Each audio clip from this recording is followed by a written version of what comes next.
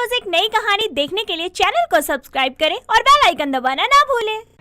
कमला देवी अपने घर के नौकर रामू से कहती है, रामू काका, बाकी सारे नौकर कहाँ गए? वो बहू रानी ने सारे नौकरों को काम पर से निकाल दिया। क्या?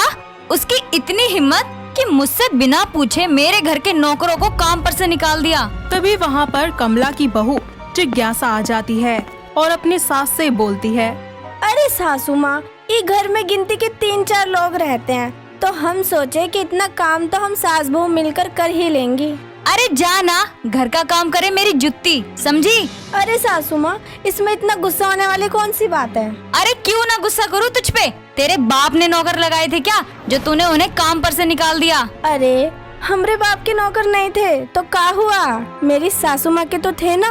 जरूरत से ज्यादा जुबान चलाने की कोई जरूरत नहीं है। अब जब आप जरूरत से ज्यादा पूछेंगी और कहेंगी तो टॉप जवाब भी तो देना पड़ेगा ना, चुप तो रह नहीं सकते हम। दोनों सास बहू ऐसे ही एक दूसरे से बहस रही होती है। अगले दिन कमला अपने कुछ दोस्तों के साथ घर पर किटी पार्टी कर रही होती है कि तभी वो अपने गले का हार दिखाते हुए अपने दोस्तों से कहती है, यार तुम लोगों को तो पता है मेरा कोई प्लान नहीं था कि मैं हार लूंगी, और वैसे भी जब मैं शॉप पर गई मेरी नजर पड़ी इस हार पर, बस फिर क्या था, दिल आ गया मेरा तो इस पे। वाओ कमला, वैसे कितने का हार है? अरे पूरे 5 लाख का है। और हाँ, ये हार तो किसी और ने बनवाया था अपने लिए। मैं जब शॉप पर गई तो मैंने बोल दिया कि अगर ये हार मुझे नहीं दिया आपने तो मैं आपकी दुकान पर कभी नहीं आऊंगी। बस फिर क्या था, उन्होंने बड़ी ही आसानी से मुझे ये हार दे दिया। सही है, तेरा तो कोई जवाब ही नहीं है। इतने में वहाँ पर जिज्ञासा सभी के लिए कोल्ड ड्रिंक्स लेकर आती है। उनमें से एक औरत कमला से बोलती है, अरे कमला, ये नया चेहरा कौन है? अब वो मेरी नौकरानी है, कल ही आई है, नहीं है ना अभी। तेरा सही है, अच्छा हुआ तेरी कोई बहू नहीं है, वरना हमारी बहू तो दिन भर हमारे सर पर नाचती फिरती है। तभी जिज्ञासा कोल्ड ड्रिंक का एक ग्लास लेकर सोफे पर बैठकर उसे पीने लगती है, जिसे देखकर कमला की दोस्त फिर से उससे कहती है, अरे ओ नौकरानी, अपनी औकात भूल गई है क्या? जमीन पर बैठने की जगह सोफे पर जाकर बैठ गई है बेशरम। हम नहीं भूले कछू, भूल तो हमारी सासू माँ गई है, हम इस घर की बहू रानी है, समझिए आप लोगन। और हाँ, कल से आने की जरूरत नहीं है, सारा दिन यहाँ आकर अपने बहू की बुराइयां ही करती रहती हैं। अरे जाकर अपना अपना घर संभालो, काहे हमारे घर के पीछे पड़े हो? चलो फुटे यहाँ से। वाह कमला रानी, तो ये है तेरी बहू कम नौकरानी। हाँ सही है, अब तुम हमारी बेइज्जती ऐसे करवाओगी तो हम नहीं आएंगे, याद रखना। कमला की सभी दोस्त बुरा सा मुंह बनाकर वहाँ से गुस्से में चली जाती हैं, जिस पर कमला को बहुत गुस्सा आता है और वो तनतनाती हुई अपनी बहू से कहती है, अरे गंवार कहीं की, आज तेरी वजह से मेरी इतनी बड़ी बेइज्जती हुई है मेरी सहेलियों के बीच, और आज मैं तुझे नहीं छोड़ूंगी, तुझे बताऊंगी कि सास क्या होती है, नालायक जाहिल गंवार कहीं की। कमला देवी अपनी बहू जिज्ञासा को मारने के लिए बेल्ट लेकर आती है और जैसे ही उस पर वार करती है, जिज्ञासा वो बेल्ट पकड़ लेती है और खुद को बचाते हुए कहती है, बहुत हो गया सासू माँ, अगर हमारी गलती होगी ना तो 1000 जूते मार लेना, हम उफ तक नहीं करेंगे, मगर गलती ना हुई तो बता रहे किसी एक की नहीं सहेंगे हम। आज के बाद ये गलती दोबारा नहीं कर देना, बता रहे हैं, नहीं तो छठी का दूध याद दिला देंगे हम।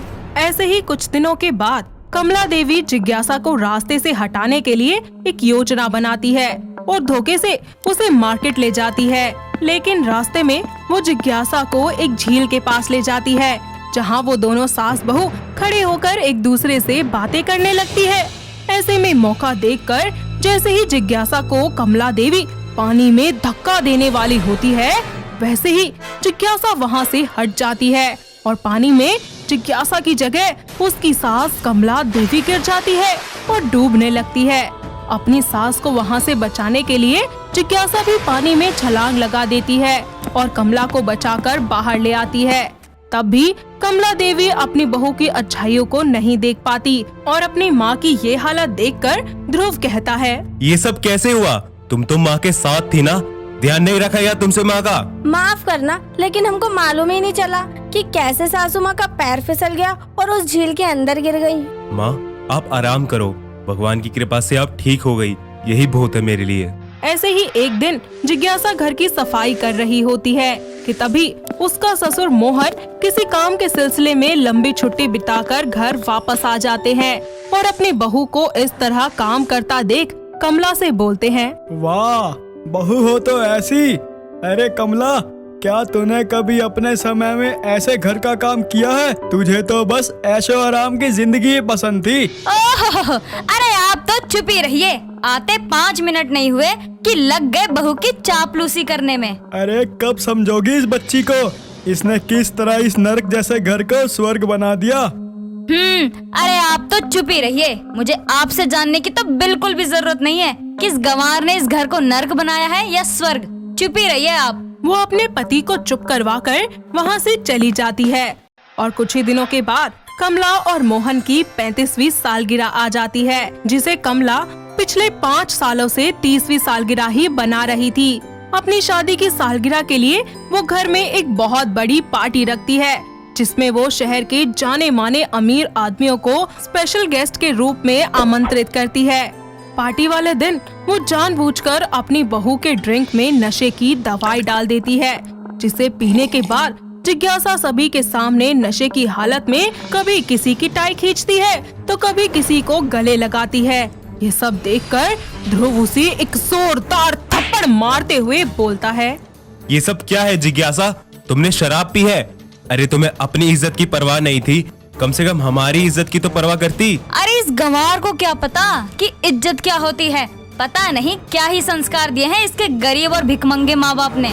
माइंड योर लैंग्वेज सासू माँ, because neither I am poor nor my parents. और आपने इस पार्टी में जिस अमीर आदमी को स्पेशल गेस्ट के रूप में बुलाया ना, वो मेरे पिताजी है। और हाँ, मैं एक पढ़ी लिखी सेल्फ डिपेंडेंट लड़की हूँ। मैं जिज्ञासा को इस घर में इसलिए लेकर आया था ताकि वो तुझे सुधार सके, पर तेरी आंखों पर तो इस ऐशो आराम की पट्टी बंधी है। सासू माँ, मैंने आपकी दी हुई ड्रिंक पी ही नहीं, क्योंकि मैंने आपको इसमें कुछ मिलाते हुए देख लिया था। ये सब तो एक नाटक था। पर सासू माँ, बर्दाश्त करने की भी एक हद होती है, जो आज खत्म हो चुकी है। माँ, आप ऐसी हो, मुझे पता नहीं था।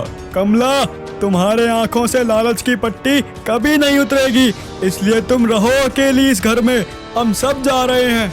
इतना बोलकर वो तीनों घर से जाने लगते हैं कि तभी कमला उन तीनों को रोककर मोहन से कहती है। मुझे माफ कर दीजिए, मुझे अपनी गलती का एहसास हो गया है। अरे माफी मांगनी है तो बहू से मांगो और बोलो कि बहू हो तो ऐसी। बहू मुझे माफ कर दे, मैंने तेरे साथ बहुत गलत किया। और आप सुन लीजिए, मैं आपके कहने पे नहीं बोलूंगी कि बहू हो तो ऐसी, क्योंकि मेरी बहू तो है ही लाखों में एक। सच में बहू हो तो तेरे जैसी। कमला उन सभी से अपनी गलतियों के लिए माफी मांग लेती है और जिज्ञासा भी खुशी से अपनी सास को माफ कर देती है। ये सब देखकर वहाँ खड़े सभी महान लोग तालियां बजाने लगते हैं और इस सब के बाद जिज्ञासा अपनी सास कमला के साथ खुशी खुशी अपने ससुराल में रहने लगती है, जहाँ उसे सभी का बखूबी प्यार मिलता है। तो दोस्तों, कैसी लगी आपको हमारी ये नई कहानी? क्या आपके घर के आसपास भी है कोई ऐसी बहू जिसने अपनी सास को इसी तरीके से सबक सिखाया हो? अगर हाँ, तो उन्हें ये वीडियो दिखाइए और हमें कमेंट करके बताइए। दोस्तों, अगर आपको ये कहानी पसंद आई तो इसे लाइक करें, शेयर करें और कमेंट करके बताएं कि कहानी में आपको सबसे अच्छा क्या लगा।